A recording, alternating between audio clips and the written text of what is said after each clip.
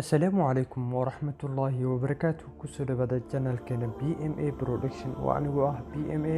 Muuqaalka wuxuu ku saabsan yahay 5 sir oo ku jirta WhatsApp-ka. Haddaba daawasho wacan.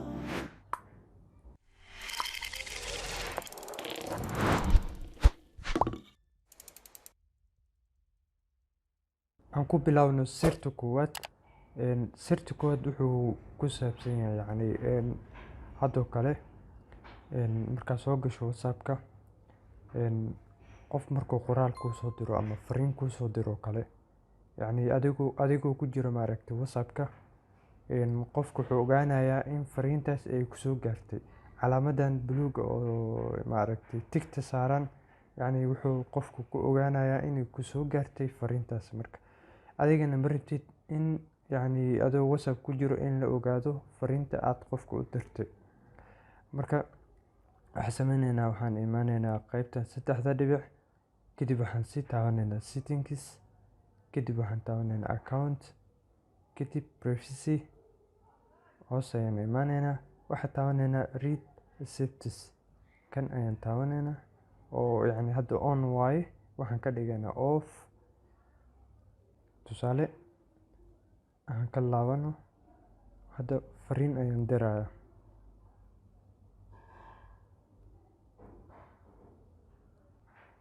Fariintii way soo gaartay. Marka laakiin inta mujeda tigta buluuga ma aysan fuulin oo maaragtay fariintii way gaartay laakiin tigta buluug ma saarna camal. Qofka marka wuxuu is leeyahay qofkii uu ka maqan yahay oo kale, tusaale ama xoogaa mashquul ayuu ka yahay oo kale. Marka tigta markay buluug noqoto, markay tigta buluug ay noqoto, qofka markaas oo kale wuxuu is leeyahay fariintu waa ay gaartay, qofkiina wuu arkay fariinta. Laakiin mid kale jirto oo ah adiga markii fariin lagu soo diro ama fariin aad dirto kale ma ogaan kartid fariintaas in qofkii ay gaartay oo kale. Beddelkii halkii ah qofkii kuu soo diray fariintaas ma ogaan karo in fariinta ay ku soo gaartay. Sidoo kale adigana ma ogaan kartid in fariinta ay gaartay, sababtoo ah waxaad iska xirtay qaybtii option-ka read-ka ah. Marka tigtan buluuga kuma soo qabanayo.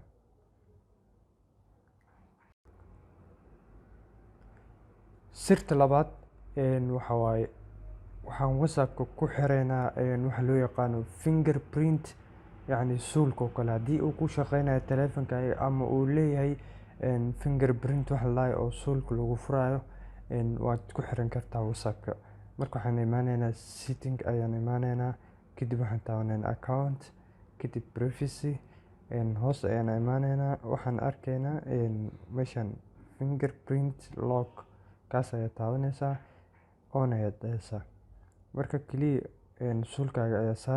suulkaaga ayaad saaraysaa. Marka waqtiga doonto ayaad ku xiran kartaa. After 30 minutes, 1 minute, automatic default oo kale caadiga sida taleefanka oo kale caadiga ahaan aniga tan kore ayaan saartay. Marka haddaan ka baxo fiiriya oo aan ku soo laabto, wuu is xirayaa WhatsApp-ka oo suulka kaliya ayuu ku shaqeynayaa. Marka hadhow kale password ma lahan suulka. Lacala waxaa laga yaabaa inuu ka xumaado uusan ku soo qabanaynin. Marka si aad u xaliso waxaad sameynaysaa suulka setting-ka ayaad imaanaysaa, kadib waxaad taabanaysaa. Taleefanada horta way kala yihiin. Aniga hadda version u dambeeya ayaa ugu jiro. Adiga kulli waxaa imaanaysaa qaybta oo finger-ka aad saaratay, aad ka dhigatay finger-ka, qaybtaas ayaad imaanaysaa. Markaas waxaad sameynaysaa finger unlock, waa iska tirtiraysaa si uu WhatsApp-ka caadiga sidii hore uu kugu soo laabto. Sirta saddexaad waxa waaye qofka dad badan ayaa WhatsApp kugu jiro, message-yada kuu soo diraan gambaleelka codka soo saarayo oo kale kalama garanaysid. Marka waxaad u baahan tahay hadoo kale qofka oo muhiim ku ah oo kale message-ku kusoo diray si aad ku ogaato. Yacni tusaale cod ayaad u saaranaysaa oo gooni u ah asiga. Marka waxaad sameynaysaa profile-ka qofka ayaad soo booqanaysaa, magac ayaad taabanaysaa, kadib hoos ayaad imaanaysaa, waxaad taabanaysaa custom notification kan ayaad taabanaysaa. Custom notification kan ayaad tick saaraysaa. Marka haddii aad rabto notification-ka inaad ka beddesho qofka oo maaragtay mid kale aad u saarato, kaa doonto ayaad soo dooranaysaa.